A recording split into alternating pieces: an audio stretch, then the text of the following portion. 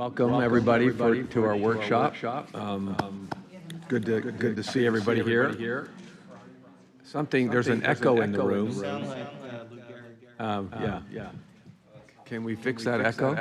The last thing I want to do is hear my voice bouncing back to me. All right. Here. Does other people have it? No. Go ahead, try. I don't get an echo from mine. How are you? Here, let's switch that. Have you been all right through all these lonely that's better. We're good. We're good. Nights? Yep. Did you say? Boy, look at that big old mug there. All right, first thing we're going to do is take care of Brian Scott. Brian, your picture is all over the room here. So I just want you to know. Yeah, do I motion? I got a motion and a second to allow Brian to participate. All in favor, say aye. Aye. Any opposed? Welcome. Good to see you, Brian. All right. He's not. Can you hear me?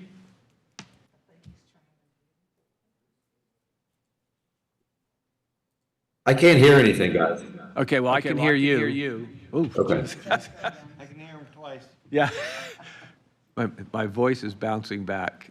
You're good. All right. And then Commissioner Flowers said she would lead a song, Happy Birthday for Vince Nowicki's birthday. So we thought we'd go ahead and lead us.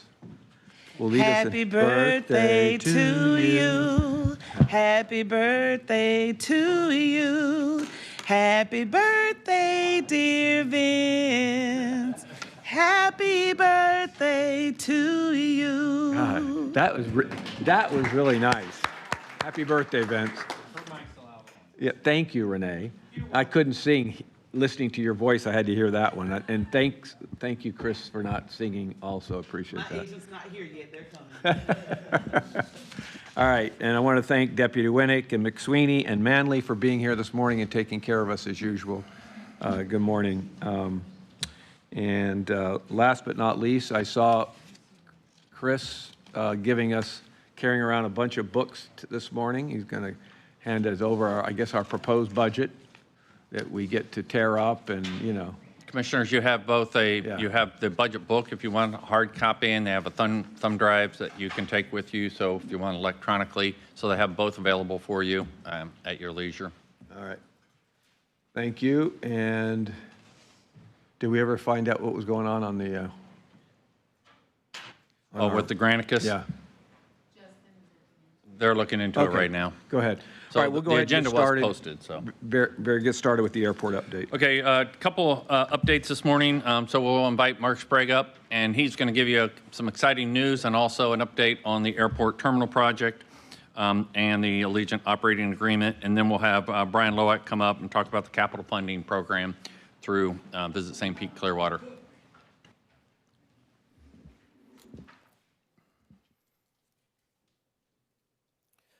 Good morning, Mr. Chairman, Commissioners. Thank you very much. My name is Mark Sprague, and I'm the Airport Director at the St. Pete Clearwater International Airport. Thank you very much for the opportunity to provide an overview of the proposed operating agreement between the St. Pete Clearwater International Airport and Allegiant Airlines. This presentation will highlight the key business terms of the agreement, explain why we're updating it, discuss how it supports the long-term financial stability at PIE while continuing our successful partnership with Allegiant. To understand why we're updating the agreement, it's important to understand how much the airport has changed since the current agreement was in place. The previous agreement served PIE and Allegiant very well for more than 20 years. During that time, the airport has changed dramatically. Passenger traffic has increased over 67% in the last 5 years. Operational and regulatory requirements have expanded. Our facilities are continuing to age. At the same time, the staffing remains relatively flat while we're continuing to serve significantly more passengers. The agreement that we started 20 years ago, even 5 years ago, no longer reflects today's operating environment. Simply put, the airport has evolved and this agreement needs to involve with it. With that background, let's look at the overall revenue structure that we've had in place. Under the current agreement, 6 revenue structures made up the revenue stream, each structure billed separately. The new agreement combines 6 revenue structures into 3. Landing fees revenue structure deals with the weight of the aircraft and what that airplane uses at the airport. Runways, taxiways, aprons, if it stays overnight. Exclusive use is just it. If you're renting an office space and it's only yours, you're going to be paying for that. And those remaining operational costs are what passenger uses within the terminal, consolidated into a single per turn revenue fee. The objective is simplicity, transparency, and more modern fee structure, and not additional charges. So why this transition? The per turn facility fee provides several advantages. It better aligns with airport costs with passenger uses for cost recovery. It supports the facility and operational services that is utilized. It provides a more balanced and predictable cost recovery for the airport. Simply put, what it takes to operate the terminal and recover some of those costs. The goal is to create a fee structure that reflects today's airport and operations while remaining fair and predictable for both the airport and the airline. Benefits to Allegiant on this contract. It establishes a predictable 5-year rates, providing financial certainty for long-term planning.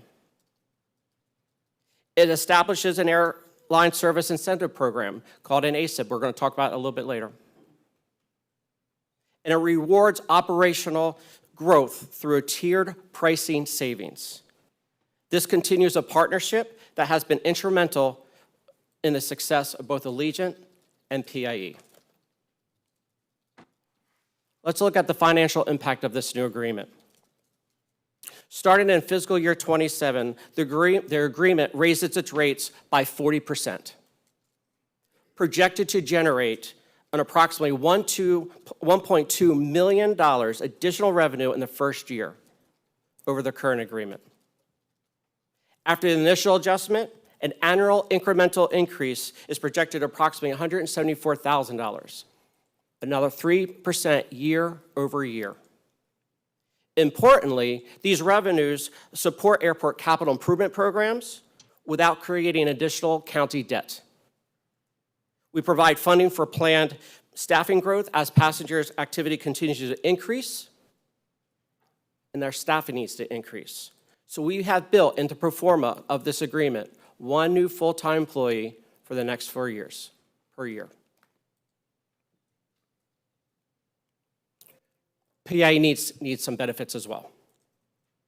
This agreement positions the airport for long-term success. It strengthens financial stability. It supports all of our capital improvement programs, provides a predictable revenue stream, expands our organizational chart, and allows us to provide safe, efficient, and reliable service to the traveling public while maintaining a competitive cost structure for our airline partners.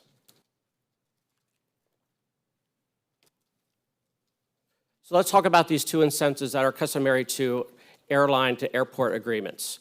The first one is the Airline Service Incentive Program, and the next one is the per turns tier savings. The program is available to all qualifying airlines that introduce eligible new service nonstop into PIE.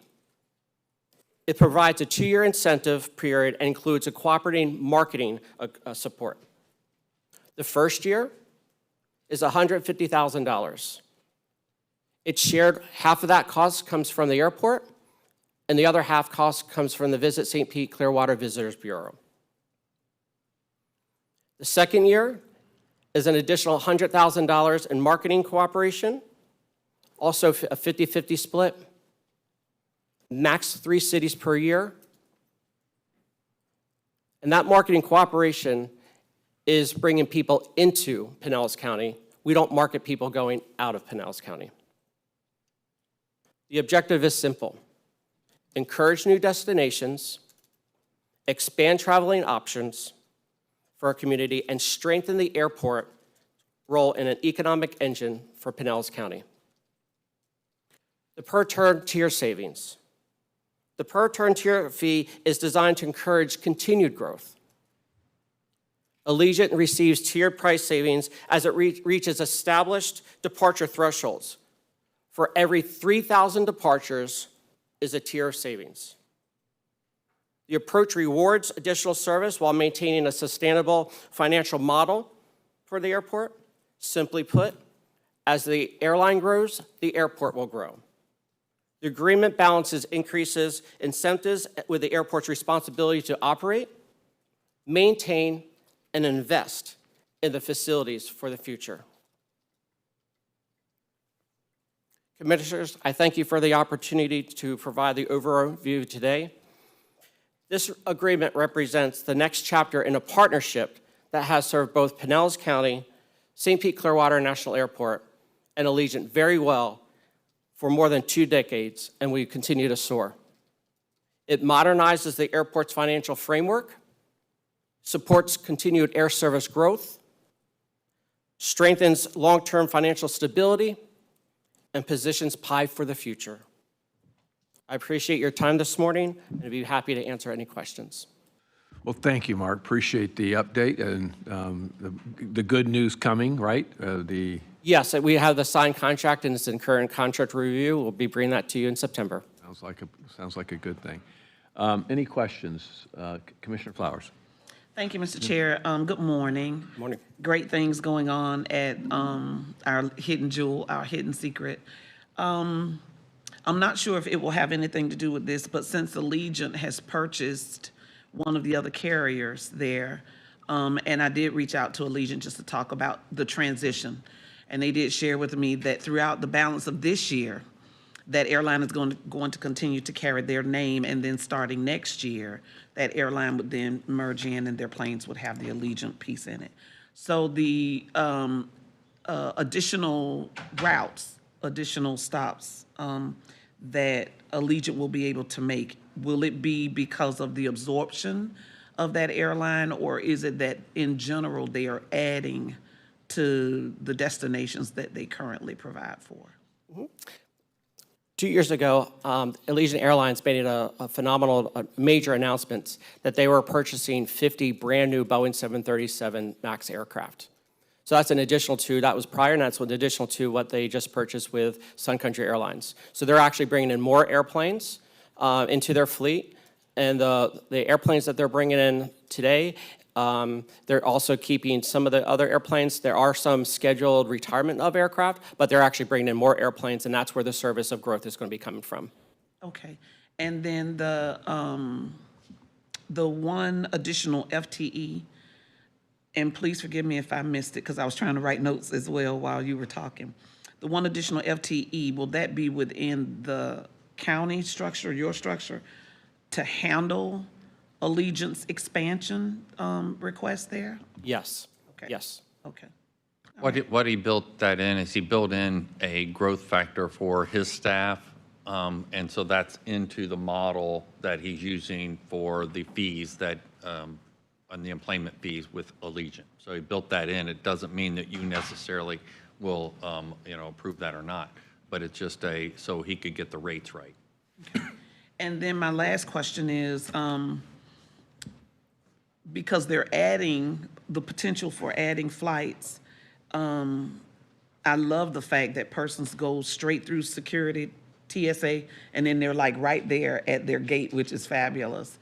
Will there be any consideration later for looking at maybe growing that area? Because it could get to be a little crowded sometimes, which is a good thing. We're moving people in and moving people out, and we want crowded because that says business. That is a great segue for my next presentation. Oh, I'm sorry. Okay. Nope. All right. Well, I will not request, and I will wait. I'm glad you brought that up, though. Thank you, Mr. Chair.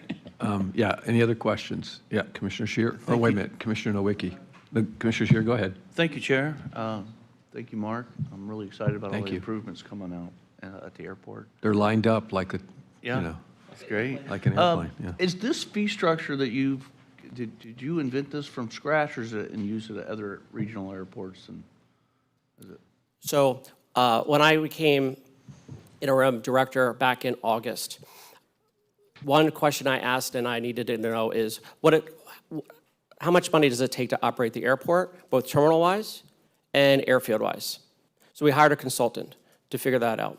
The next thing is I needed to know is with all of our capital improvement programs that we are going to be spending some of our reserves on, what will it take to replenish those reserves? And what better group of people that understand the airport is our very own budget analysts. So with the cooperation of our consultants, Mead and Hunt, that gave us the pro forma of what it takes to operate the terminal and the airfield, along with our own budget analysts, we came up with a mathematical formula, and that's how we came up with that 40% with a 3% year over year. It's an investment both in the airline, and it's also investment of keeping the aging infrastructure efficient. I don't see any letters here from Allegiant, so I guess they're on board with. Oh, 100%, they signed it. Yeah, no letters is good. I'm glad you said at the end, you kind of sprinkled a little bit of your own knowledge and operation of the airport as well. Yes, So sir. A little bit of help from his department, a little bit of help from the consultant, and a lot of experience on the ground here. Yes. So, thank you. Commissioner Nowicki. Thank you, Chair. Thank you, Mark, for the presentation.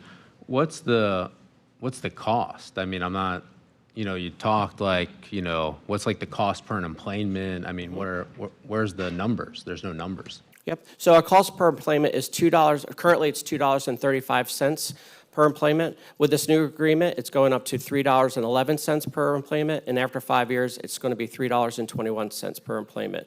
Still relatively very low for a small hub operation. It's still very competitive, but every airport has its fee structures very different.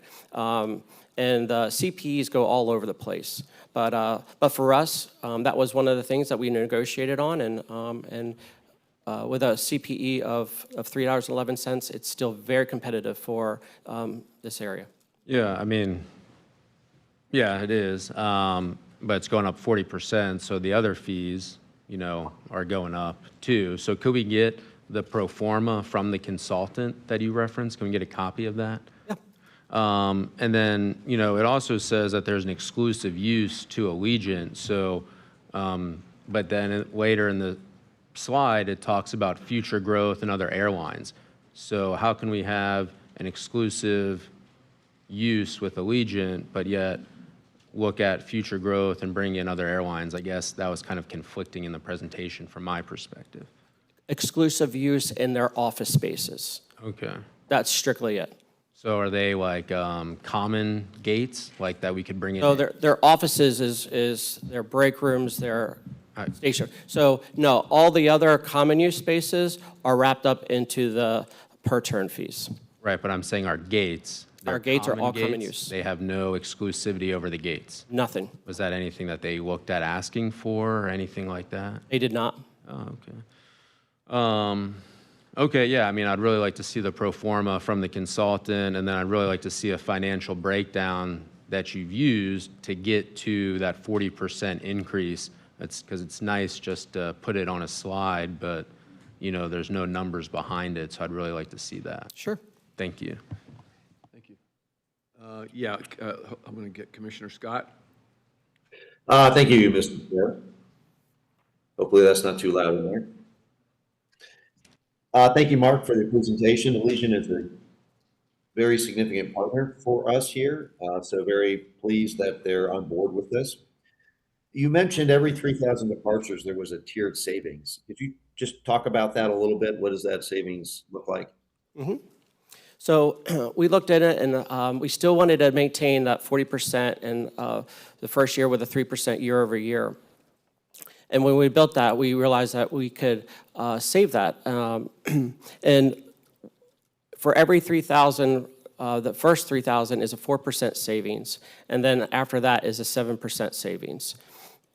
And how we derived with that savings is we added the 40%, and then we took that 40% and we divided by the current 2025 numbers. So we're already ahead of our schedule of our projections. So the first 2 years, we're looking at 96 and 98% of cost recovery, but year 3, 100%, year 4 and 5 is 104 and 106%. So when you average all that stuff up, it comes out to be 100%. Okay, great. And how do our employment fees compare with, say, TPA? It's 2 different airports. It is a big difference. I'll just tell you that with Tampa, they have debt. We do not have debt, so we can save some of those fees. I don't recall their exact CPE, but I know it's somewhere in the mid-teens, where ours is at $3.11. So it's really apples and oranges comparing pie to TPA. Absolutely. Okay, okay. Thank you, Mr. Chairman. Thank you, Mark. Commissioner Nowicki? Sorry, Mark, I forgot one question. Is there any revenue guarantee, or is it totally volume dependent? Like, Legion could sign this 20-year agreement, but then, God forbid, we don't want them to go anywhere, file bankruptcy or something like that. Is there any guarantee in the contract, or they could just take their planes and leave, fly out tomorrow and we never see them again? Yeah, we don't have the guarantee revenue structure. It is strictly based upon their projected growth, what we've seen in the past. Their projected growth for departures was anywhere between 3 to 14%. Their employments was sometimes at over 20%. So we factored all that in. But yes, if they were like a Spirit and went bankrupt, then we are left with an airport without an airline. But we also have built into that pro forma an 18-month operating structure, and it would be my job to bring another airline in and make it work. Are we working towards that at all, since we have common use gates? Are we working towards bringing in another airline to generate more revenue? Would love to. There's a lot of inefficiencies and a lot of infrastructure that I'm going to be talking about in order to bring another airline in. Okay, thank you. Thank you, Commissioner. Yes, Chair. Commissioner Scheer. Yeah, Mark, kind of piggybacking on to Commissioner Nowicki, I think it would be helpful to have some numbers behind your presentation so we could evaluate it. And then I wouldn't mind seeing the agreement itself. I've never had an opportunity to review the agreement that we have on the fee structure. Yeah, absolutely. And Mark, obviously, you can send it to all of us, so not just not just of course. birthday boy, but make sure we all that we all get the same information. Are Do we? you have anything? Yeah. Yeah, Commissioner Peters, excuse me. So to piggyback on Commissioner Nowicki, I brought it up 8 years ago. I brought it up any time that Tom came here, and when we met one-on-one on why he wasn't bringing in other, I know you're going to talk about it, but I'm frustrated that 8 years later, all our eggs are in one basket still. And that's concerning to me. So I'm looking forward to your next presentation, because that is very concerning to me. And if the price range is different, I don't see why we aren't more successful at recruiting a Frontier or a Southwest, or I just don't understand why. I know you're going to explain it, so I'm looking forward to it. Thank you. Anybody else? Okay. All right. Thank you.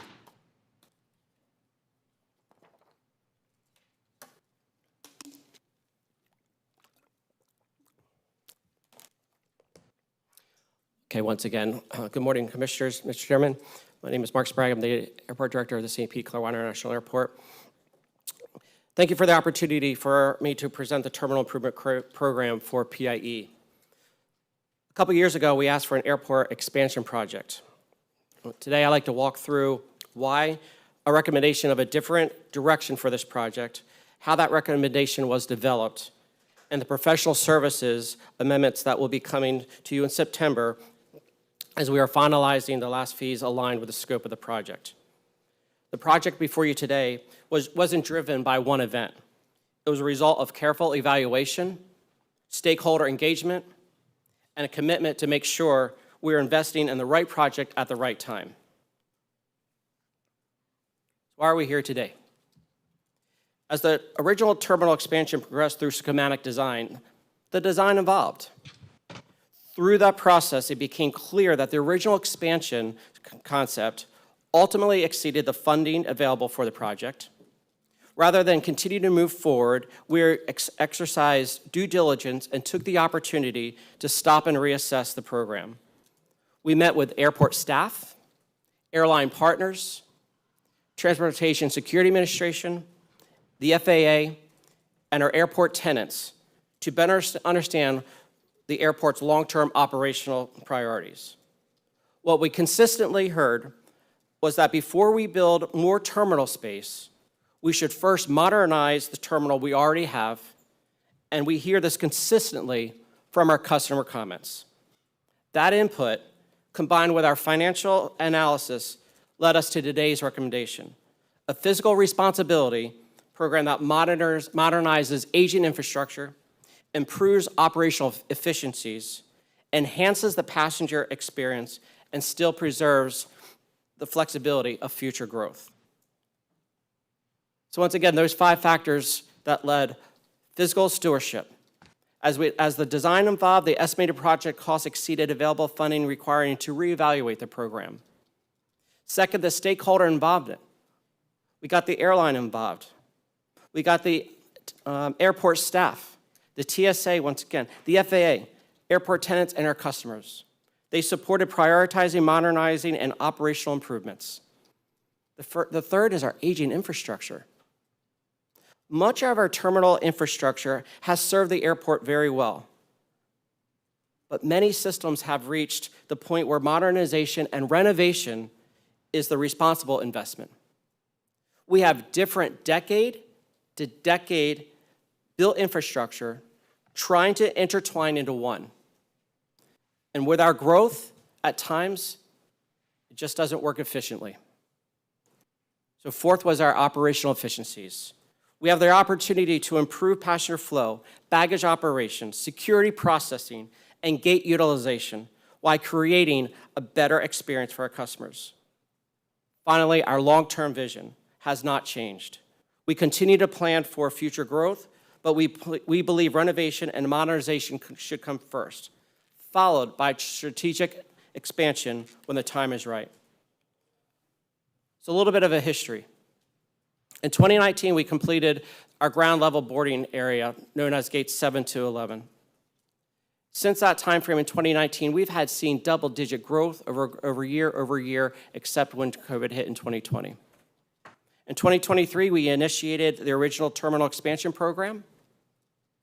In 2024 and 2025, the board approved CNS Engineering as the design team and Manhattan Construction as the construction manager at risk, the CMAR.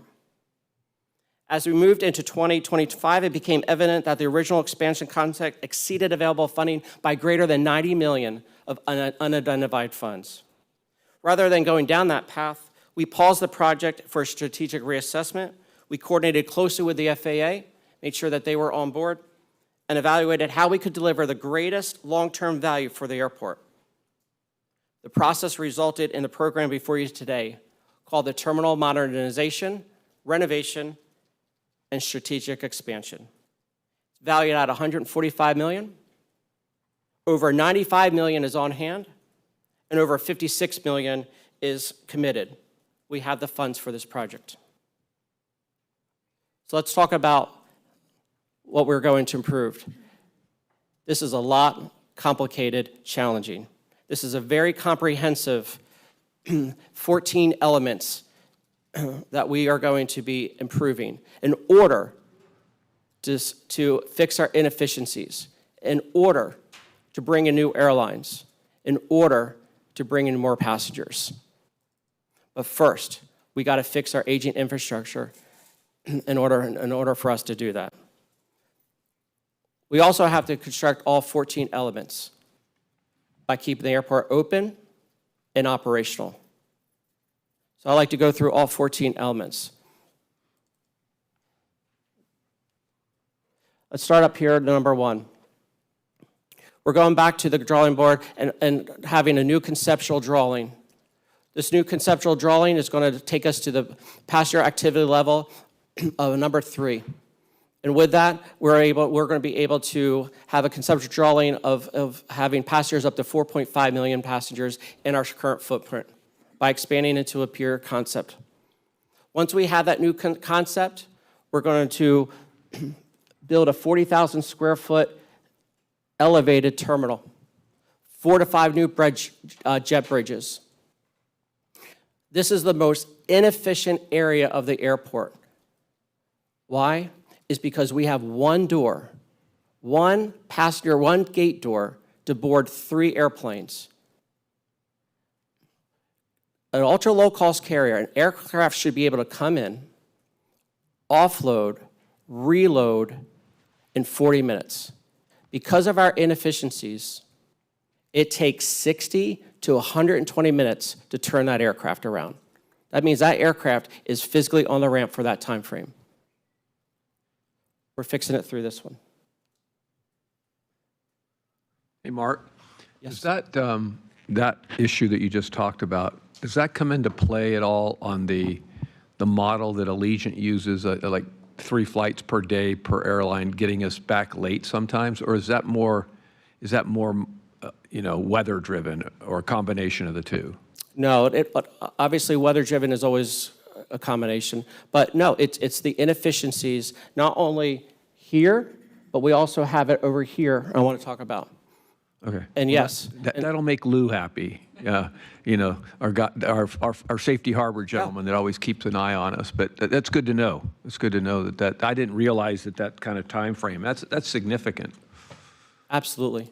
And that's 3 gates. Yeah. 3 gates. And not very attractive to new airlines out Not there at all. that we're looking for. Not at all. Right. So it worked when we had airplanes that were about 140 to 150 seat passenger aircraft, not in today's market of 200 seats. Thank you. Go ahead. Oh, Commissioner Flowers? For the jetways that'll be going out, will they be so that the persons won't have to walk, quote unquote, outside on the tarmac up to the plane? That's correct. Thank you, Jesus. It's jet bridges, Okay. yep. Thank you. All right. Number 2 is our renovations of our sanitary system. Our sewage system, we replaced our pipes inside the terminal. We also replaced our pipes along our street side, but we still have 3 sections that we need to pipe, and they're still original pipes from the 50s and 60s. So we're going to be modernizing those the sewage systems of those the sanitary laterals. 3 is our renovations of our gates 2 through 6. This modernizes the hold room with new flooring, seating, lighting, passenger amenities, and also a new security checkpoint with new queuing and an exit lane technology. Currently, if we have all 5 airplanes at this boarding area, we don't have enough seats and enough hold room. So our passengers are sitting on the floor. So we're going to be fixing that by having new, in today's market, we have new seats that are designed for efficiency, small spaces, and we'll be able to have seats in those hold rooms for those passengers. 4, we need to replace some of the terminal roof, which has reached its ends of its useful life. 5, we currently have 2 jet bridges.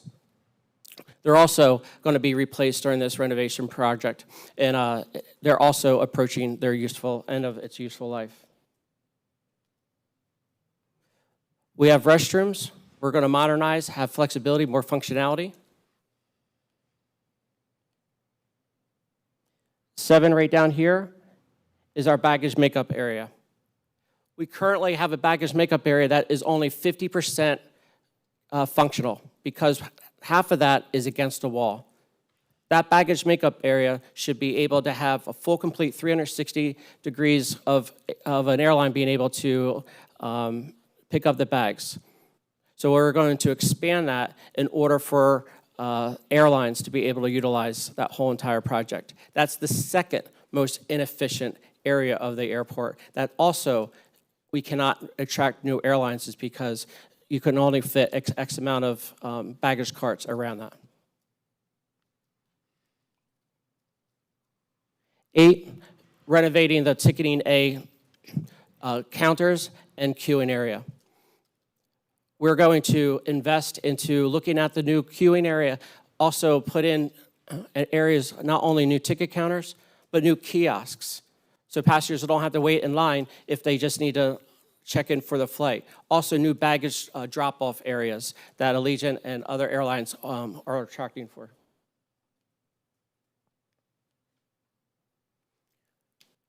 We're going to modernize and replace the ticketing or the rental car facility ticket counters. Currently, we have ticket counters that are 20, 25 years old. That's before the kiosks. So we're going to modernize that. We're going to make sure that the rental cars are going to be able to put their own kiosks in. We currently have waits of over an hour because they don't have kiosk room, and they have to. So we're going to be modernizing that so passengers know how to use those kiosks and be able to get to those car rentals quicker. Commissioner Flowers, hold on. I'm a regular over there at the kiosk, and I've called at times, not on my behalf, but for the visitors we had coming in. But question, because they are in our facility, is there anything in their contract where they also pay into costs for any renovations and upgrades, and it's not just us? Yes. Okay. Yes. But since we own the ticket counters, that's what we're going to be improving. Okay. But if they have to do any renovations to their own footprint, it's all in them. Okay. But I will say the way that they have changed how you pick up your car is faster. Even if the line's a little longer, the way that you can have your car signed already out there, that has improved. It's better.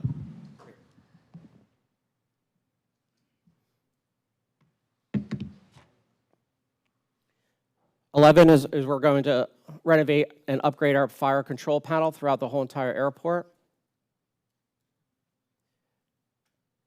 12 is new construction of a wall right here along the southern portion. So I said that over baggage claim we had one door that was boarding 3 flights. We have the same issue here. We have one door boarding 2 flights, 2 aircraft. But unfortunately, it's not just a direct walk to the aircraft. They got to walk around the building. They got to almost do a whole complete maze.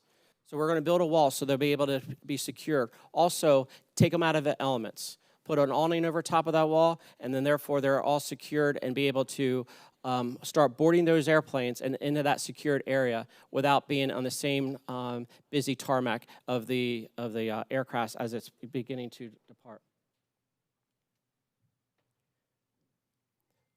13 is new wayfinding signage all throughout the terminal. And finally, 14 is modernize all the columns throughout the terminal for a customer experience. All 14 elements have priorities. All 14 elements have slowed the growth of this airport. All 14 elements have inefficiencies that we are going to fix and address. And once again, this is a very complex renovation project because I don't have the luxury of shutting down any one of our gates and any one of our areas of the operation. So this all has to be done keeping the airport open and operational. So the project is not about building less, it's about investing smarter. We're expanding the useful life of the terminal. We're improving the passenger experience. We're enhancing safety and security. We're increasing operational efficiencies. We're supporting continued economic development. And we're positioning PI for future expansion when the time is right. Timeline. Once the amendments get approved, we're going to go right into that conceptual drawings. We should have that done by the end of this year, and then have schematic drawings 30, 60, 90 by spring of 2028. During that time frame, we're going to be working on the guaranteed maximum price and hope to have that to you by summer of 2028. We go into construction all the way to summer of 2032 with the project close out the end of the year of 2032. Commissioners, this project reflects a program whose design evolved through due diligence, stakeholder engagement, and careful evaluation. The result is a terminal improvement program that modernizes our existing facilities, positions the airport for future growth, and represents physically responsible investment in one of Pinellas County's most important transportation assets. Mr. Chairman, that concludes my presentation, and I'd be happy to answer any questions. Mark, thank you for the update. You know, the process you went through obviously has multiple uses. You can market to new airlines, and that could be the detail page, obviously.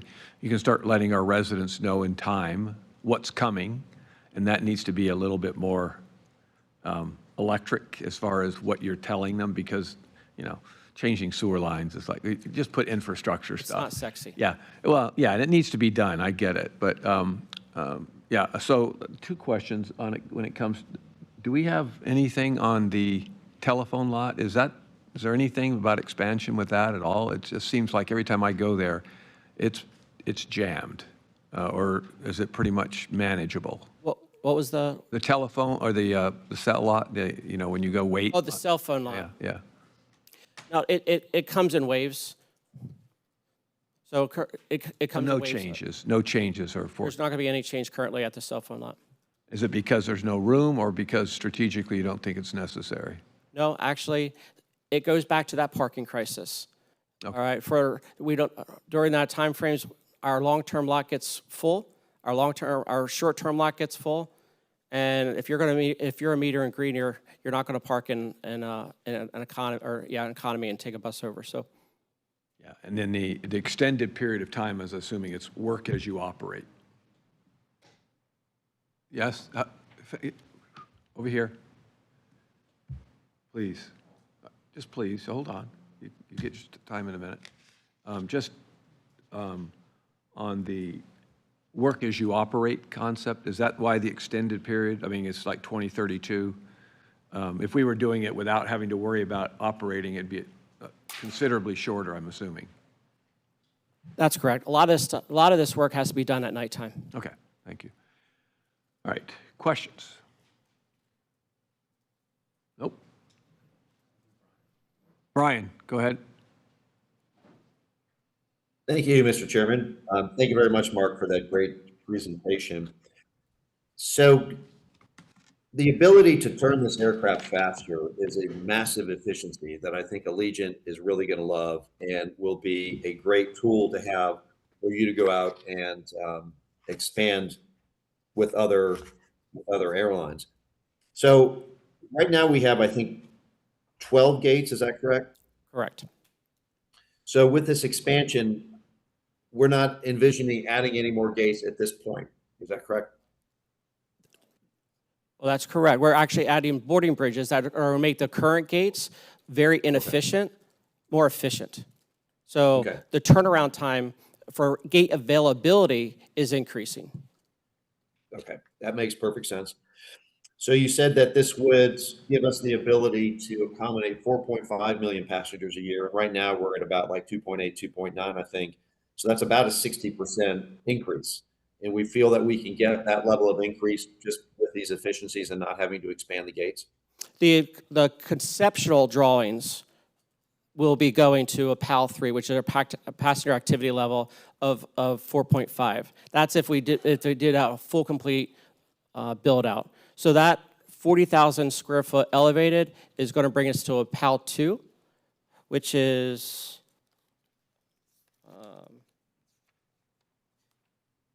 3.5 million passengers. 3.5, okay, got it. And when all of this is done, if we wanted to expand gates, what would our capacity be? Could we go from 12 to 15 or 12 to 20? I mean, what's your long-term projection on that? And that's what this schematic, our long-term plan is to continue to build upon that cornerstone elevated terminal, and to continue to build on that in the next phases, and then into a pure concept. And currently, we're looking anywhere, it ranges, but it could be anywhere between a total of 18 to 22 gates. Wow, okay. Great. Thank you very much. Thanks, Brian. Anybody else? Commissioner Nowicki, go ahead. Thank you, Mark. First, I appreciate you saying, meters and greeters won't want to park in an economy lot, so I appreciate that. And then secondly, I guess going back to the first contract with Allegiant, where it says they have exclusive use of office space, does that include ticket counters?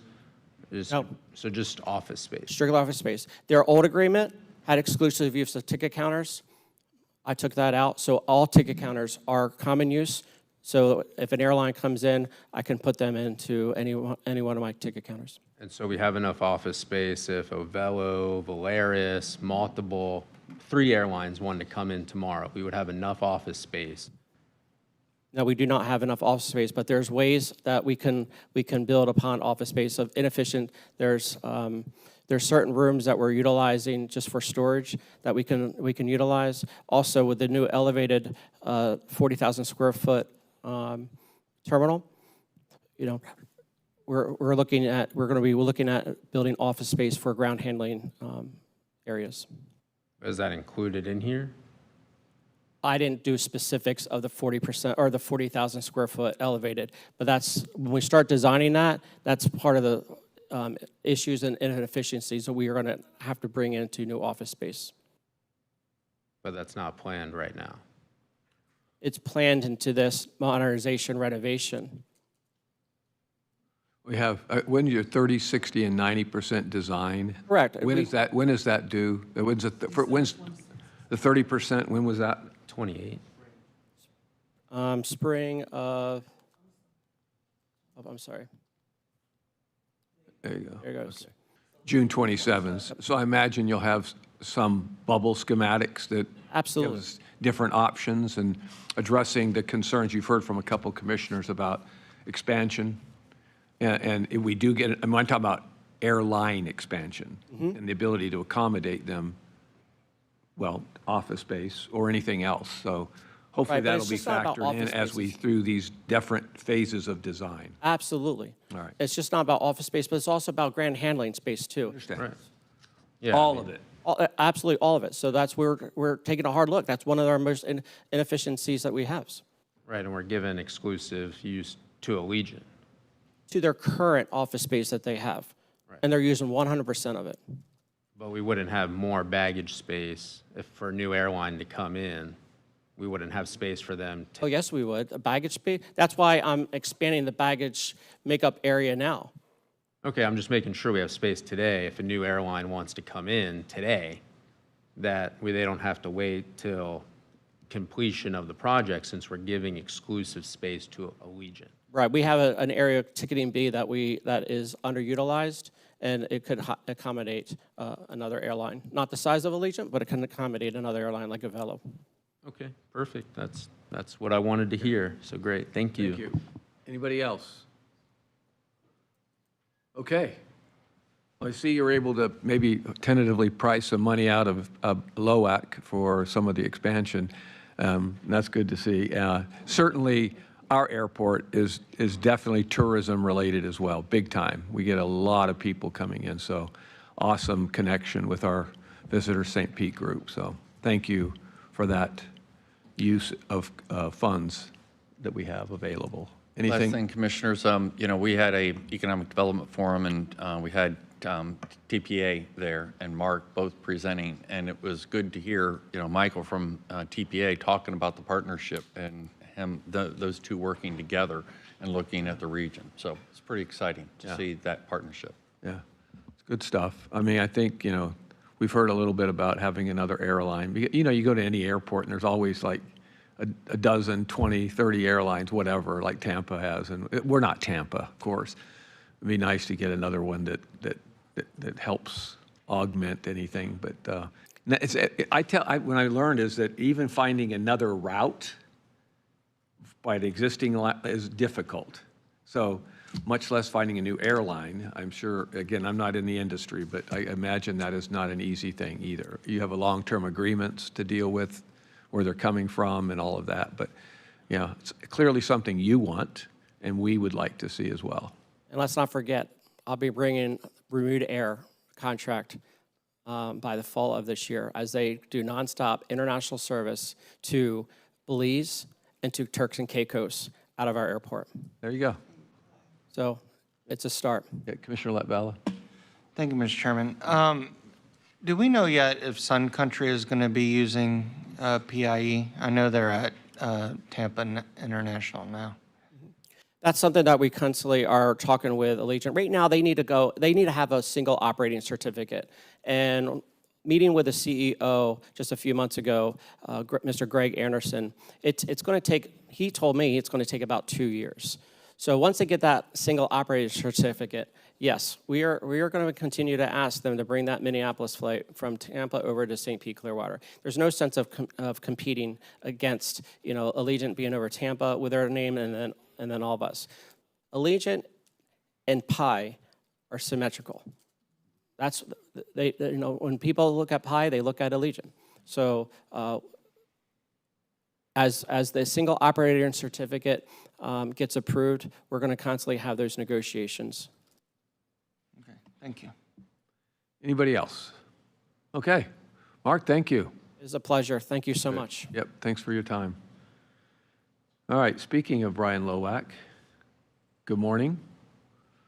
Talk about our capital projects funding program. Good morning, Commissioners. Brian Lowak, President and CEO, Visit St. Pete Clearwater. This morning, we are here to talk about the capital projects funding program. And why we are here to talk about this is, as a reminder, earlier in this year, the Tourist Development Council recommended and you all approved new changes to the program's guidelines. And the two major changes in there were that we will allow for the use of TDT to be used towards beach park facilities. And the second change was that prior to opening up that program for the application cycle, I will come to you all and you will provide a specific allocation that can be spent during that 2-year cycle. And it's required that I will come before you prior to opening up that program every 2 years so we can revisit what that amount would be. And as a reminder, this program applies to Category D projects, so the museums, aquariums, sports fields. This doesn't apply to Category E, so a spring training facility or professional sports stadiums. Again, how the plan is for the TDT, 60% goes to advertising and marketing, 40% goes to capital projects. That's what we're speaking to today. And 1/2 of 1% of that TDT out of the capital side is dedicated towards beach nourishment. That's the only dedication that you all have in those TDT dollars. So the recommendation that we wanted to discuss today and was taken to the TDC last month and approved was essentially, we've got a lot of words here that I'll go through in numbers and percentages, but at the end of the day, as you saw in the last slide, 1/2 of one of those 6% is dedicated to beach nourishment.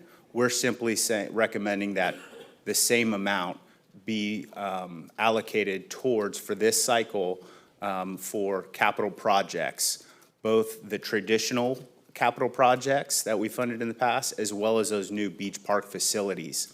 And so when you look at the numbers up there, 15.3 million each, that's 1/2 of one of the 6% times 2, because the cycle is 2 years. So you see it's 15.3 split down the middle between the traditional and the beach park facilities for a total funding of $30.6 million for this cycle. And again, this matches for each of those categories what's allocated towards beach nourishment. And so when you combine the beach nourishment, 1/2%, and then the 1/2% for each of the two categories above, you get a total of 1.5 of your 6% is going to all capital projects. And that equates to approximately 24% of the overall tourist development tax collected. Why is that important? Well, because in the plan, 40% of TDT is allocated towards capital projects. So this allows us to spend approximately, over the next 2 years, 24% of the TDT on capital projects. and would leave 16% to build up that capital reserve for future projects. So this approach, we believed, allows us to continue to prioritize and maintain funding for beach nourishment while also funding capital projects, the new beach park facility projects, and then allowing us to build up that reserve account, not for any potential future capital projects that may arise. Right here, we've got a pro forma of the TDT capital account. This goes out to 2033. And what I wanted to point out is you have on the uses, you see at the top what's collected, what's projected to be collected, that 40%. Excuse me, just a Yes, second. ma'am. Can we get, Brian, love looking at your face, but can we get these all 4 screens with these documents? Because I can't read them in the position I'm at. I can't read the one in front of me, it's too far away, and I have Brian behind me, so if that would be helpful, because I can't. We love you, Brian, but I'd like to see thank you.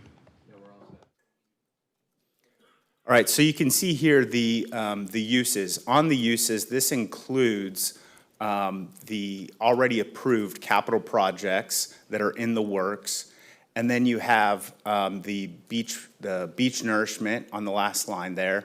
I want to point out on the uses, the second from the last line, the additional beach funds. So you'll see there $86 million in fiscal year 2025. That was a drawdown. That was a transfer from the capital reserves over into the beach nourishment so you all could do the emergency nourishment project that was recently completed. You'll also see in fiscal year 2028 highlighted a minus $43 million. So that would represent a potential transfer from the beach nourishment fund back into the capital fund. Why would we do that? Well, because of that 86, the state approved $43 million to come back for that project. So because those funds came from this account, we would recommend transferring them back into this account. And then at the bottom there, you see we put in as placeholders, if you were to take this recommendation, beginning in 2027, placeholders all the way through 2033 on what that 0.5% for both capital projects and beach park facilities would look like. And then at the very bottom there, you see the final fund balance at the end of the year. Yeah, while we're on that, Commissioners, is you've seen bits and pieces of grant funds coming in from the state. So out of that $99 million project, we ended up getting $47 million of state funds towards our re-nourishment, so 52 out of ours. So they did a really good job on grants. This was state, not feds. Well, we're still on track with that, but that'll be up on the next nourishment cycle. You know, we have a lot more work. Nothing, we can't go back. We did this on our own, so we can't, they won't reimburse us. We'll continue to try, but we're not gonna get reimbursed on something that we started prior to our modified agreement. But just to highlight. They seemed so helpful and positive when they were here, so I just thought I'd ask. Well, we did ask for reimbursement, but I haven't seen the check. Okay, So. all right, go ahead. Yeah, so that's it on that part. Again, we took this recommendation to the Tourist Development Council last month. They supported it. We're here today to look for some direction. Based on that direction, we will bring forth an item for approval to set that budget to you all next month. And we would then open up the application cycle in October. And then in the spring of 2027, we would have recommendations ready to bring forth to the Tourist Development Council and subsequently you all. Right. Yes, That chart that you just showed us on the flow of funds, that's the 40% side. That's the 40% reserve side, line at correct. the bottom.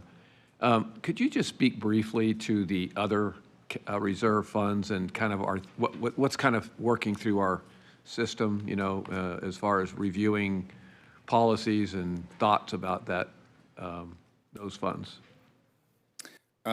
Sure. Well, I don't have that on the presentation. You do have a healthy reserve level in the operating side. That's 60% for advertising and marketing, and that's what's used to fund our operations.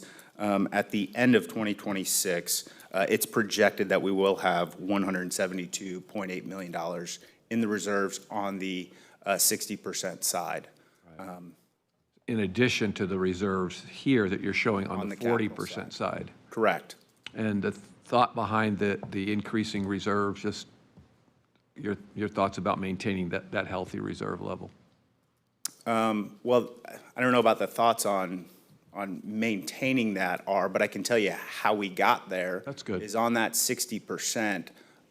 We have, Visit St. Pete Clearwater in their operating budget has never received 60% for their fiscal year. So they've been between 45 and I think we're up to about 56.5% this year in the proposed budget. So the remainder, the delta between that and 60% is what's gone into the reserves on the operating side. And I think you do need healthy reserves on the operating side in the event that an emergency happens. You can rev up your marketing, but this is a lot of reserves. Yeah, okay. Thank you. I just wanted a comment about how it built. And it seems to be we're heading towards that 60% as it was originally designed, but we're not there yet. So it's still going to be building a little bit. Correct. How we use that, I think that might be interesting for thought for another day. So, did you have anything? Go ahead. And, like, we would have spent 40, when we started this project, we didn't know we were going to receive the state funds. But we had reserve levels to be able to cover that. It gave you a lot of flexibility, regarding things that we needed to do. We were just really successful with grants, and stuff. But going into it, you were able to nurse the beaches, have a booming tourism season, in part because of that, and in turn. But again, had we not got those grant I funds, we understand. still would have been okay. I understand, but But it's still healthy. but it's on the 60% side. So, again, it's a loan back to the It other is. side. Yeah. Yeah. Okay, thank you. Commissioner Peters? Thank you. And don't forget that we came under budget. We did. So, that's a big deal, and that was a really big deal. But, so, I don't know if I understand this well, and if I have to sit down with Chris or with you to understand this better, but those numbers that you're showing, based on the numbers you were telling us when we were looking at the rays, the fillies, the beach nourishment, somehow these numbers are not coming out to what my expectations are. So I think I need a little walkthrough on some of this, because we never spent the money on the raise. So I'm expecting that bottom line, especially on reserves, to be different than what you're saying, unless that's in that 60%. And I still don't see why in the 60% we need those kind of healthy reserves. Even in an emergency, and we've had plenty of emergencies, we've always had partnerships, and I just don't know that we need those kind of reserves. And I'm still pretty confident this amendment will pass, and the things that we can spend money on, parks or whatever it might be, that might not be funded out of the general fund any longer, then I don't know that we need those healthy reserves as high as they are. And I do want you to help walk me through this, because I'm not understanding that those numbers on what we're going to spend on the raise, I'm not seeing it, I'm not understanding it, and so if we'll do that on another date, Yeah, we it's could fine. absolutely do that. I'll bring Jim Abernathy into that also. He's been through all those over in Chris's shop. Because I was expecting these numbers to be a lot higher than what you're showing us. Yeah, we can certainly do that. The other thing I do want to, I look over to Jewel, because, the question about what we can spend the money on, it I know. comes down to the legal definition, right? Right. And so we've And it tried, wouldn't surprise me if they start changing that, if this amendment passes, so. and that's also been discussed for years, and Yeah. so there may be opportunities. Chair? Yes, I just had Commissioner Scheer. A simple question. Why is the state grants accounted for in 28 and not 27?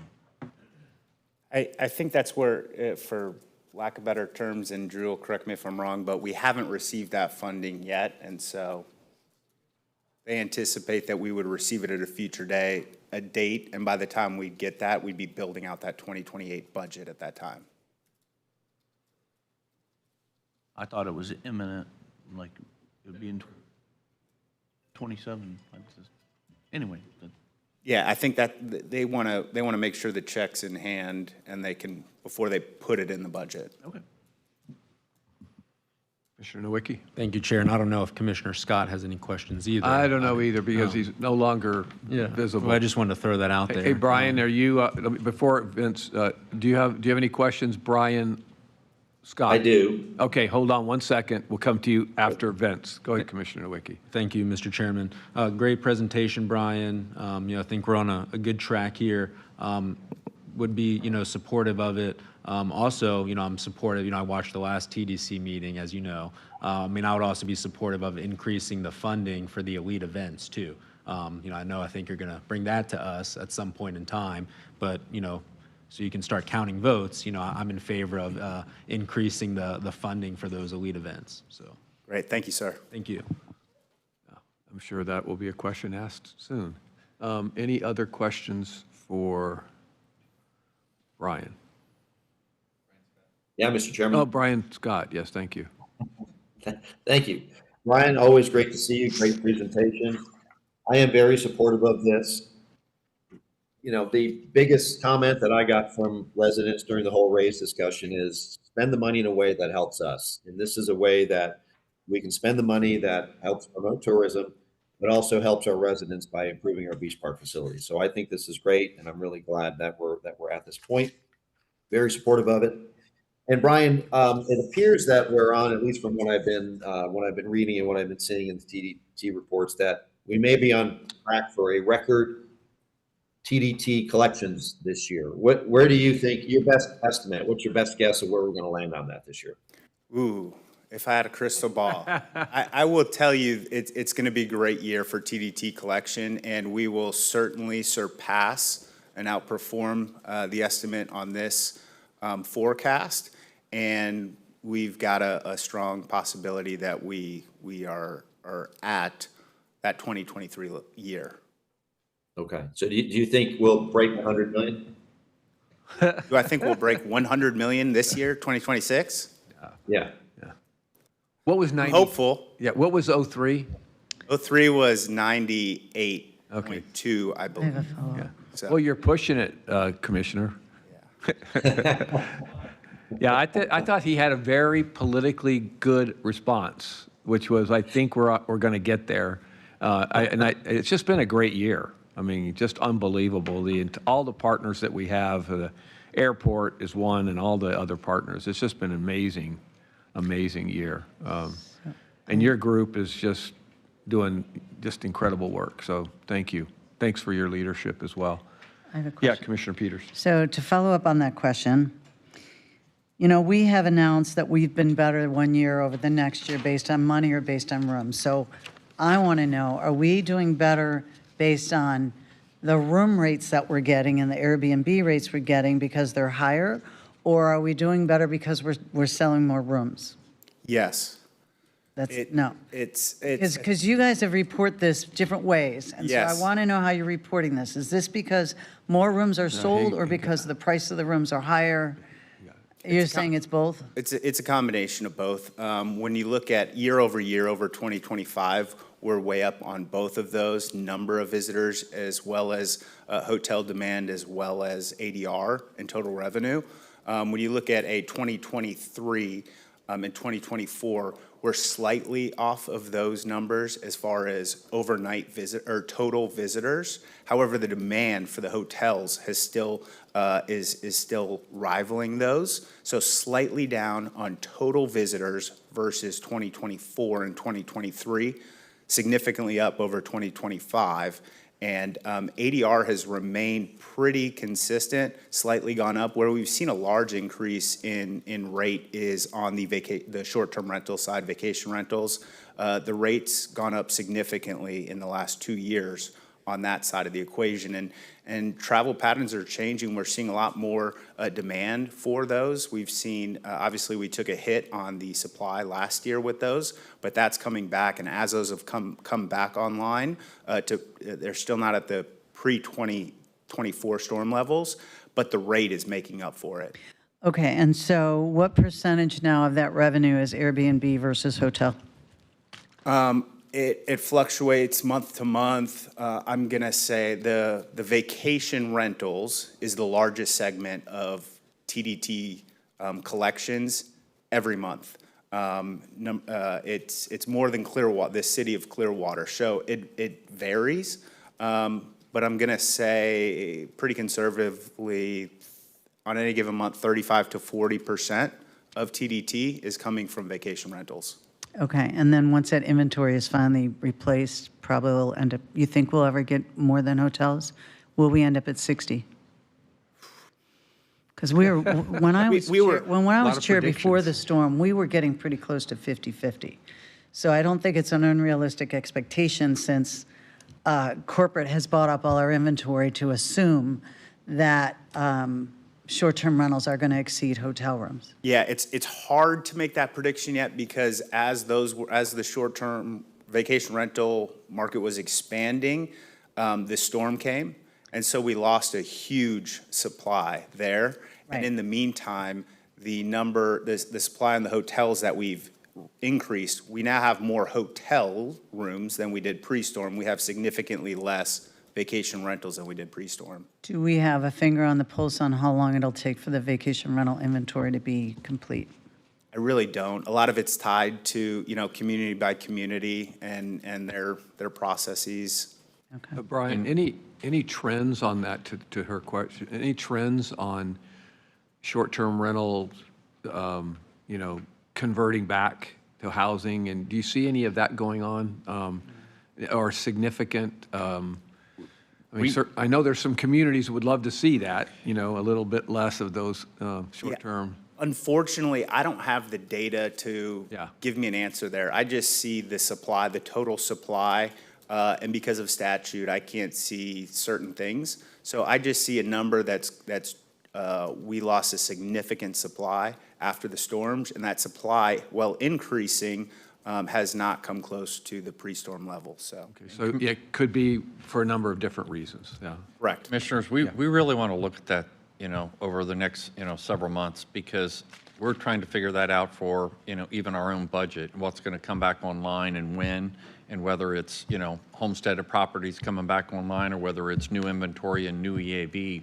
And we're going to work with Mike Twitty, on to the extent we can, but we're really going to have to work with municipalities in terms of what's in their pipeline for rezoning and all those types of things. So Okay. it's pretty extensive, but we need that type of projections even for our own budget. Okay, thank you. Any other questions? All right, thank you, appreciate it.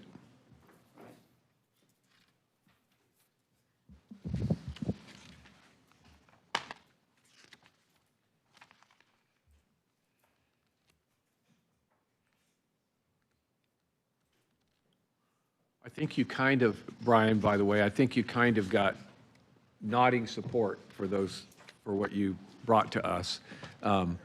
We'll see the details later, but, yeah, thank you. All right, we're going on to agenda briefing. Okay, so item one, looks like you have a check presentation, Water Quality Month.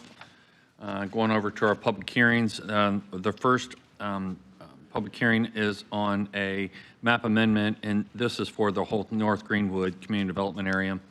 It's 461 acres, and Rodney's here if you have questions regarding that. Any questions? Go ahead. Item 5 is a map amendment, residential low medium to recreational open space. This is an area annexed into the city, and it's owned by them, and it's going to be for recreation. Going to the consent agenda, you got a lot of different reports. Over to item 13, it's a contract award to Stormwater General Engineering Consulting Services for Public Works. So they have different ones that they use. So it's $2 million per firm that they use as needed for their capital projects. Item 14's letters of community support, and this is for the Lake Tarpon outfall structures with the Southwest Florida Water Management District. It's a requirement for us to provide for them. A couple of reports in the Sheriff's Office. Over to the regular agenda, we're asking that item 18, 19, and 20, they all go together. This is with the airport, that they be pulled and moved to we'll bring them back on September 10th. They got some additional work to do they want to clean up before they bring this to you. We'll pull 18, 19, and 20. 18, 19, and 20. Well, they're on the agenda, so we'll Yep. just not act on those. Item 21 's demolition of vacant property. Item 22, this is an agreement with American Janitorial and with Extreme Clean Janitorial Services. So this is what we talked about during the budget. So this is getting that project going because we have to have a transition to the new company. This is subject to budget approval. So if for some reason you don't have that in the budget, then we would act accordingly. Item 23 is the Second Amendment to the agreement with William Dakar, and this is for the jail secure entry project. It adds additional design scopes for the eastern parking lot and signage, et cetera, and stuff. Item 24 is a First Amendment with Cost Media Services, and this is with CBB for Central Europe Public Relations Representation. Second one, 25, is with Barry, is that the same company we used in the past? Brian. Yes. Got a thumbs up. So, item 25, Second Amendment with Roster Creative. This is for UK, Ireland, and Scandinavia.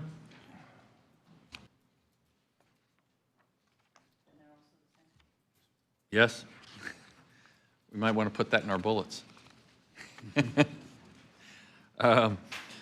Item 26 is Second Amendment. This is with Unite USA. This is the CAM project, so this extends that model while we're working on what you had agreed to bring that in-house.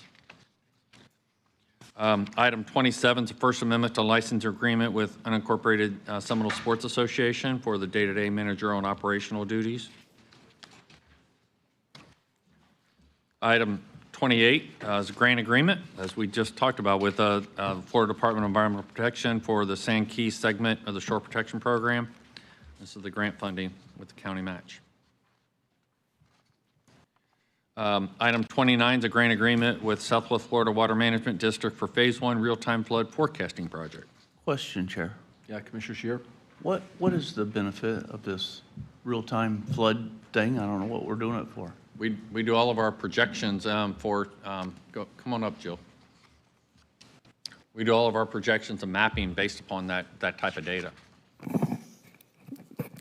Good morning, Jill Silverboard, County Administration. County Administrator is correct. It's for predictive forecasting.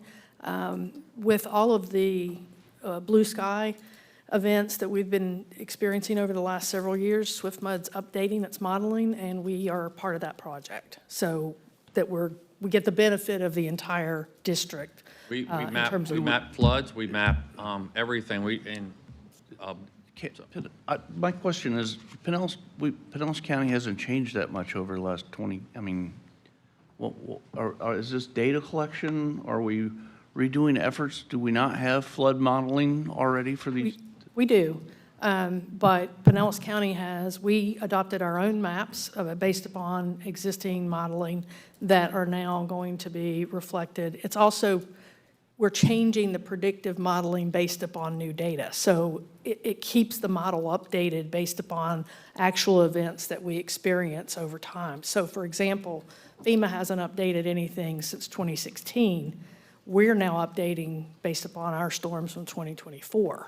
So we're in a different data set, I guess would be the correct way of saying it. But it's for real time. It's to forecast real time flooding because SwiftMud looks at what our accumulations are, what the creek levels are, what the lake levels are.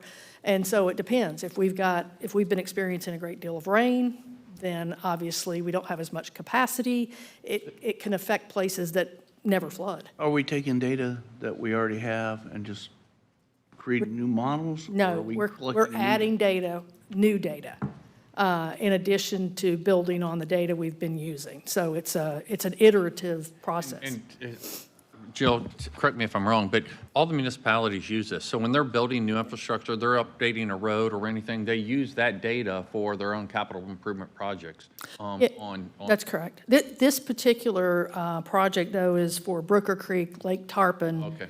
and South Creek watersheds. So it's only a portion of everything. But Brooker, as you know, is huge. It's everything comes, a lot of things come from. So what we have right now is not sufficient for our needs for what? I just don't know why we're spending $600,000 on additional modeling when I don't know that our models aren't sufficient.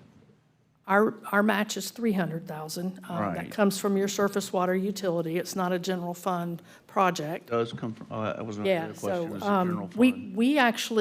we've been a participant with Swift Mud for, gosh, I don't know, 50, 60 years probably, maybe longer.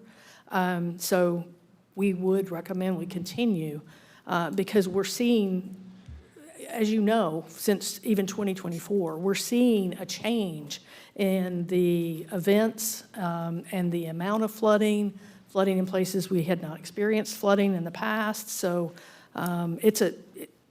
we're trying to keep it current, I guess is the best way to say it.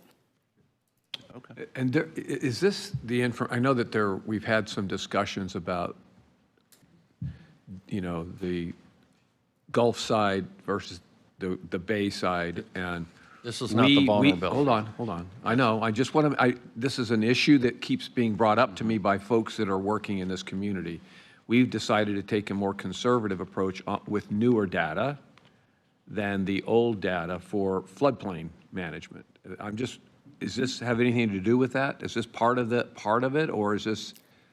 Not necessarily. This is more of a day-to-day, real-time forecast. So if we're experiencing a significant amount of an event or rain, it's more about because we watch the gauges, as you know, like at Brooker Creek. It's more related to that, as opposed to new development, which is impacted by floodplain standards and elevations. At some point, I'd just like to get an update from our folks where we use those, FEMA's numbers have a lower plane on the Gulf side and a higher plane on the Tampa Bay side.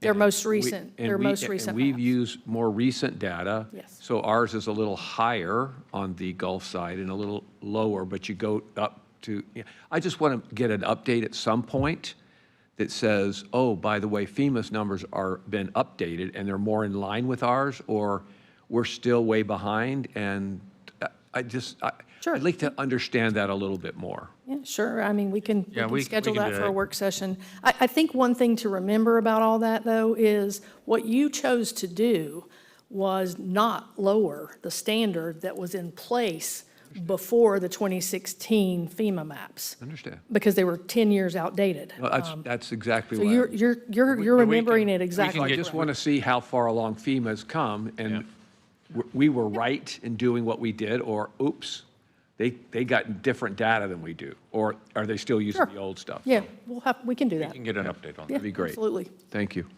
Any other questions, Commissioner Scheer? Okay. Anybody else? Okay, thanks, Joe. Commissioner Scott, sorry, go ahead. Thank you, Mr. Chairman. Great discussion. I would love to see that update that you talked about, Dave, regarding FEMA. And I totally respect Commissioner Scheer's not wanting to spend it if we don't need to spend it. From my perspective, 300,000 is a drop in the bucket if it makes us more ready for future events. So I'm supportive of this because, as we found in 2024, things flooded that never flooded before. And anything that we can do to make sure that we're better prepared in the future for that, I think, is a good thing. Thank you. Anybody else? Okay. Go ahead, Barry. Item 30 is a hazard mitigation grant, Florida Department of Emergency Management for the design of improvements out at McKay Creek. You can see the breakdown in your packet for those improvements. Item 31 is an agreement with Tarpon Springs to provide the unincorporated share of the fire station being constructed up there. Question on that, Chair? Yeah, Commissioner Scheer. Thank you. Where's that, it says we have the funding for that. Where's that funding coming from? And Yeah, and our, go ahead, Matt.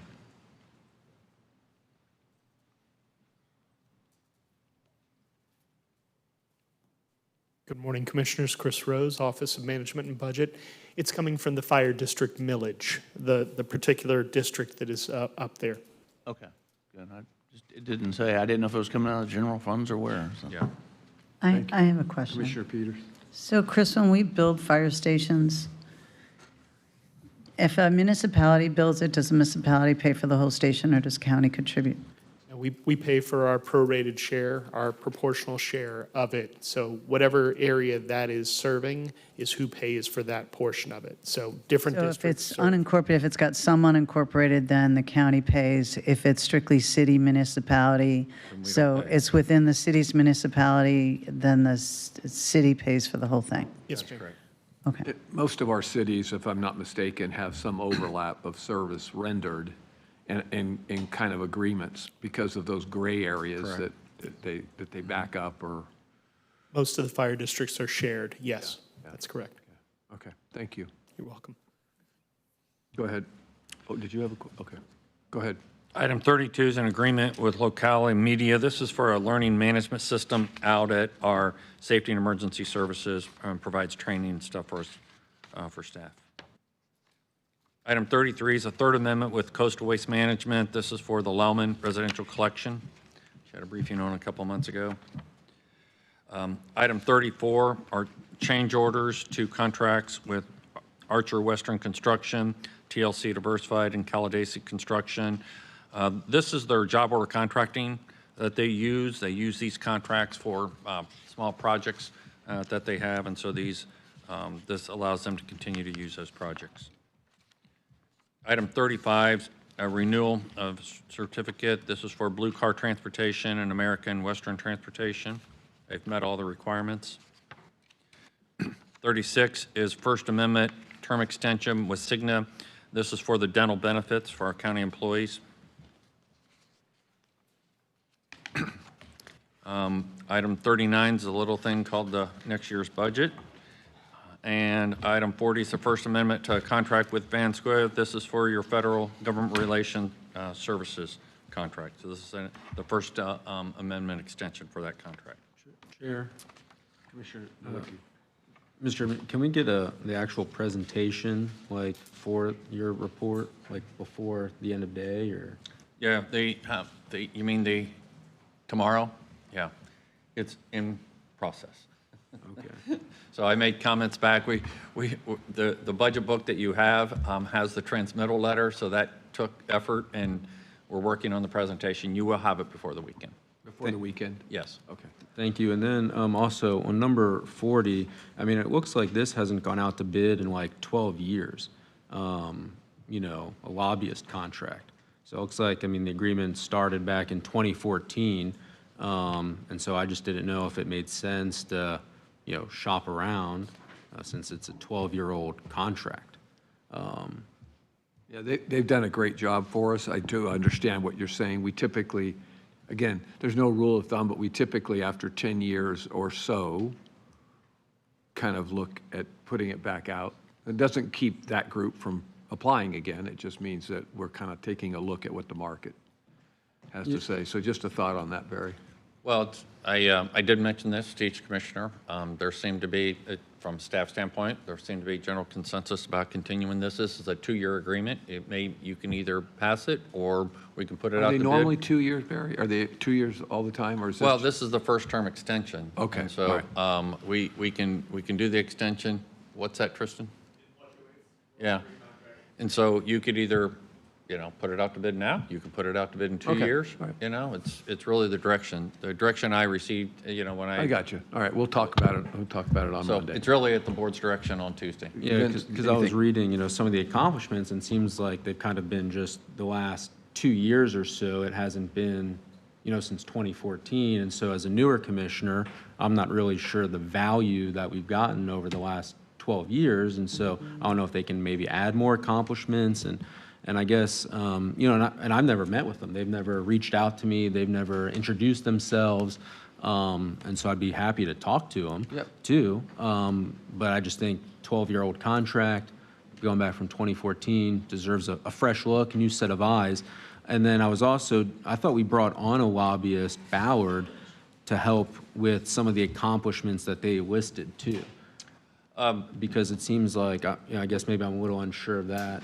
We brought on Ballard for a specific purpose. They really didn't add much value, and so we released that contract. But there were kind of two paths on that. We didn't know which way it was going to work to be successful, either direct conversations with the White House or working through Congresswoman Luna's office and the Corps of Engineers, and that's really where we had success. So we released the Ballard contract. Yeah, I mean, I would be, happy to talk to them, take a look at it, but, obviously it's up to everybody. Just something that stood out is all. Understand. Thank you for the question. How much has the contract increased in cost over the time they've been here? I don't think it has it? No, I think it's the same. So, Harry will be here on Tuesday, by the way. yeah, so if they've had that contract and they've not raised the cost, then I think even if you go out to bid, I don't know that we'd get a better deal. And the relationships that Harry has are, you just can't measure that. So, yeah, I mean, I'm fine with keeping him. I think he does an outstanding job. I know the relationships that he has all over the Capitol, and he's got my confidence. Yeah. Yeah. And I think it's a fair question to ask, since you're, a newer commissioner. And so maybe we can give him a few minutes on Tuesday just to kind of recap the things that they're working on. And are you hearing that over there? I just want to make sure Tristan's hearing everybody's it. hearing that. Okay, thank you. I think that's a fair question, and then you get a chance, I mean, obviously you can call them, they can call you, but to have a one-on-one, I think is a good idea as well. But thank you, Commissioner. Yes? Mr. Chair, we skipped the county attorney, and yet I have some important matters to discuss with you today. We skipped you? We did. Sorry, that's my fault. I missed it somewhere. That's my fault. Go ahead. Under item number 37, I do have a confidential memo. I did not pass it around. As you all know, we met individually with each of you and discussed the substance of what's in there. I can certainly share that memo with you, but we have spoken individually with each of you about it. I also want to state that I desire further advice concerning this litigation that is referenced under item number 37, and I am requesting that we have a shade meeting to discuss settlement potential and strategies related to litigation expenditures. We have reserved on each of your calendars a time for next week, Tuesday at 1 p.m., which would be in theory, after the conclusion of your regular meeting. I am prepared to post a notice to advertise that meeting for Tuesday, again at 1 o'clock. There are some strict requirements that govern shade meetings that we will be making sure that we abide by on Tuesday prior to going into that shade session. But I am requesting that we have that meeting and have scheduled it for Tuesday at 1 p.m. And so long as there is consensus, I will be getting with the communications and making sure that we get that notice posted specifically for the shade meeting. And it essentially will be following our meeting. Assuming that we're finished by 1. Yeah. If the meeting for some reason is going on, we will need to adjourn it to go to the other meeting that's noticed at 1 and come back and finish the business of the board. And I told you, a personal conflict for me at 1:30, I'll have to break. Correct. But I'm sure Commissioner Vala will. We will be speaking Yeah. with both of you Yeah. to make sure that you're perfectly All right. aware, because like I said, these sessions are very strictly regulated by state law, so we want to make sure that we absolutely comply to the letter of the law with those statutes. Thank you. Thank you. One other thing, late yesterday, we received the petition that has been filed by the town of Bel Air Shore to attempt to vacate the erosion control line within their municipal boundaries. We haven't had a full opportunity to review that yet, but it is going to be our recommendation that the county take steps to intervene in that action. It is currently noticed up as, it's before the Department of Environmental Protection, and it's referenced as case number OGC 26-1668. We did receive that petition late yesterday, and like I said, we can get with Joe and get that posted under the county attorney reports portion of the agenda. There's already an agenda item there. We can post it there so that it's publicly available, and any of you that wish to review And it. I thought we had done a letter. Did we do a letter already? We have, this is just going to ask you specifically to give staff the authority to seek to intervene in that action. All right. You already took a position, so. Did you, come on up, come on up.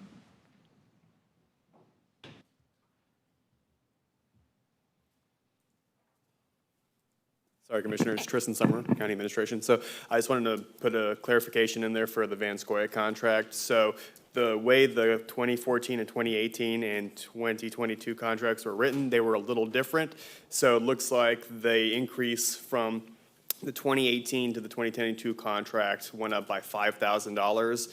And it just was kind of restructured with how those were written through those different contract periods. So I just wanted to put that clarification in there. So it was It went from what to what? 90,000 to 95,000 for the, Right. for the total. Okay, thanks for the clarification. You didn't have anything on this last item we were talking about? Correct. No, I just wanted to. Okay, thank sorry you. about that. Yeah. Anything else, Jewel? I'm sorry. No, sir. And my apologies for skipping. No, sir, but like I said, we did needed to get, No, these we two got- things on the record. And more I actually importantly, had this wanted- on my list here about the shade meeting, so you, Yeah. yeah. Well, and I did also want to mention the petition that we had actually received it, and we can have it posted to the agenda so it's available. Okay, thank you. Anything else? Could you give just a one-sentence update, or maybe two, on the RFN that's out for the downtown properties? Anything going on there? What's the scheduled time to hear back? I'm hearing a lot of noise about it, but I'm not hearing a lot about this RFN, so I'd like to know when that's coming. Yes, sir. Blaine Williams, Assistant County Administrator. So the deadline for the receipt of the proposals is September the 16th. Okay. So we're just a month out. Because, and if some of you have tried to go in and download the materials, you have to register. So we have a sense of how many entities have downloaded those materials, and is in excess of 50 at this point. I understand that developers are talking to the city as well about their properties. So there seems to be active interest in it. We're really looking forward to the receipt of those proposals. Yeah, it makes a lot of sense to be talking to the city, especially if properties are next to each other. Yes, and So, we've yeah. alluded to those. We have provided a link and an addendum to a city's website. They have theirs. They can talk to the city about it. Al Battle, the assistant manager, so that they know that those assets. So they're due that date. Do you have a sense of the timing on when when that can be called Yes, sir. down and Yes, when sir. we would be seeing them? So we're going to, first, we have a staff group along with CBRE that will shortlist those proposals. And then at that point, and we've talked about this, we're providing indicative terms. So you all told us you want some flexibility on how the deal might be transacted. So we provided, here's what we're thinking to the developers. We're going to get their responses. For those that are shortlisted, we're going to tease out themes that where they're willing to go. And then we will provide a common set of terms that we want them to then give us their best and final offer. At that point, it comes to you as the evaluating committee, the ultimate decider in all of this. And we expect that through the end of this calendar year, that due diligence and the negotiations that I'm talking about will go on, and it will come to you in the spring. Okay. Commissioner Latvala. Thank you, Mr. Chairman. Do you anticipate the city adding more properties to the RFN? Because my understanding is they had some properties that they were going to add to our RFN, and they decided not to. Now they may add like an amendment or an addendum to Yes, their sir. RFN. So we wanted to be very careful. This is a complex real estate transaction, and we wanted to keep it separate between the two governing bodies. This is the county's decision. They did. I like that answer. They did ask, would you Right there. consider highlighting some of the properties? We did agree to the North Ward because it's a little bit further away and we want to be a good partner. They did have other properties that they have again reminded us that could be, as CBRE might say, accretive to the deal. But we want to be very clear, those properties are not part of the county's evaluation, although they could be complementary to it. And so we invite them to contact the city and say, hey, what's possible? But when you evaluate this, we've been clear, city parcels will not be evaluated as part of the county project. Has the PSTA facility on Garden Avenue been talked about? Yes, sir, that is in this new list of properties that's in the addendum that's on the city's website. Okay, thank you. Thank you, Commissioner. So, North Ward, is it part of our proposal or not? Because it just sounded like you said, we did take North Ward because it's not. No, yes, it was just, no, it's not part of the proposal. It Okay, was so we have just, no city properties as part of our proposal. well, in the RFN, we noted that the city was, had the North Ward, and we said, contact the city for that. Okay, So we just were trying to be good partners. There's a big piece of land further north that you might, So Blaine, the answer to the question is no. the answer is no. Okay. thank you. That's what I wanted to make sure. Just, Thank you, Chair. also, Hold on. oh, I'm Let me sorry. Go ahead, Commissioner Latvala. Go ahead. Just for clarification, who makes the final decision? You do. Well, not me, but Well, You as a the board. board The of county county commissioners, Okay. you are the final, Thank you. yes, On our properties. On your property. on your property. Commissioner Flowers. So let me ask this question, because yes, people are asking a ton of questions. Are there any of our properties that we are not listing as a part of this RFN? No. Okay. I just wanted you to say that because I did get a call about some properties that were not a part of the footprint Yeah. that they thought should have been a part of the footprint. Well- Because they were owned by the county. And I couldn't really answer that because I thought all of the properties, I know we discussed this quite a bit, whether or not we wanted to split it up in case there may be separate interests, and if it would make the deal more attractive, or if we wanted to just do it as an entire block of all properties that we Well, yeah. own, so. I think that, if there are any properties that we don't want a part of the process, hopefully we've identified those and not put it in the RFN. I would imagine that a master developer, that's what the RFN's out for, will piece these properties out to people that work directly for them as they put these packages together on different development options that are out there. That's just realistic, because there's people that do certain things really well, and they may want this little piece and that. So I'm assuming we're going to hear about that when we get our proposals in. Yes, and so we put all the properties on the table. Now, depending on what we get back and what you decide, that may or may not involve all the properties. There may be a strategic reason after we've seen the responses to retain one or two. We don't know, but that's why we've made this so creative. We want to be able to harness the best thoughts of the private sector and the development community. And I think you've taken into the comments here, especially the part about the lease options that are out there. I know Commissioner Scheer brought that up originally, and we're going to get that thought too throughout this process. So we'll have some good data to look at, information to look at when we make the decision. Yes, sir. All right. Anything else, Yes, Chair. Commissioner Scheer? Blaine, I talked to you about this earlier, but it's my understanding that when CBRE put their RFN out, they blasted it out to like 10,000 recipients. And a lot of large developers, it went to their spam mail because it was identified as spam. And I just want to know if they've reached out to those people, sent them another notification, make sure that the people they intended to get it to got it. Well, with 50 recipients so far that we're hearing about, we've done pretty good, but the question. Well, 50 or so development entities. So on top of that, they augmented it, Commissioner, with personal reach outs to developers that have been interested in projects in the past, others that they know and haven't met yet. They have gone out and tried to actively seek and recruit interest in this project. Yes, sir. Thank you for the question. Appreciate it. Hey, Commissioner Scott, do you have anything? Just so you know, Commissioner Nowicki's been looking out after your interests. I certainly haven't. I'm kidding. Are you there? He may have gone. Yeah. I have another question. Commissioner Latvala has a question. Has the CMA property as well as the old fire station been mentioned as being added?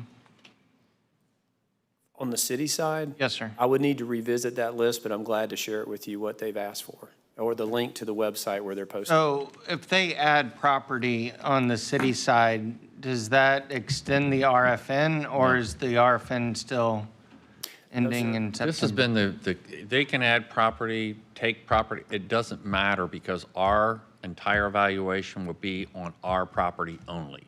We're simply saying, here's the city's list of properties that they have, no different than a developer could have private property that they want. Well, then they have to worry about the assemblage and zoning and all of those things. Absolutely. So a developer could theoretically say, we want all of the county property, and we would like, you know, these 3 pieces of property on the city side and make their own deal with the city, right? Apart from us? Apart from you, and I mean, everything's going to be contingent. First, but your evaluation, our recommendation is your evaluation will be based upon the property that we have. And the due diligence that's going to occur is whether it's private property or whether it's city property, they're going to have to work those issues out. Because if they develop private property and they want to put a 26-story building on, but it's zoned, you know, something different, well, then that's outside of our realm. That's up between them and the city, that they'd have to Or, work as you those said, issues out. a private owner. A private owner, Yeah, could be a private owner, could be city property. So those would be outside of our And it kind of gets evaluation. back to some of the comments I made early on, which is the attraction of our properties has certain value. Correct. And if you add others to it in different areas around this city, it will have more value. Correct. And they're going to have to do that work and figure out if that package is attractive enough to them. And if they get a good sense of it from the city or from a private investor, it might add to their ability or interest in responding to us. But they're separate. And they need to be separate because you need to have an evaluation for what you can control, you know, which is, you know, your property, you know, and thus it could be 2 more years before they figure out the other issues with other properties, you know. So those city properties are just additional opportunity for developers to expand the vision perhaps, or make something work that is key to them. But the evaluation will be, you know, you can look at the total vision, but it's really only about the county properties in your evaluation. Any other questions? Blaine, thank you. Anything else, Barry, from you? That's all. And before we adjourn, any other comments or thoughts? We'll see you guys back here on Tuesday morning at 9:30. And don't forget the shade meeting afterwards. Whenever we're done, we'll have a few minutes and then we'll jump into that shade meeting. All right, thank you. We are,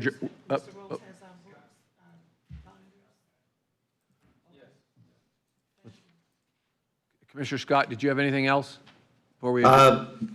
No, Mr. Chairman, I'm good. Thank you. Okay, thank you. We'll see you on Tuesday as well. Sounds good. Yeah, all right. We are adjourned.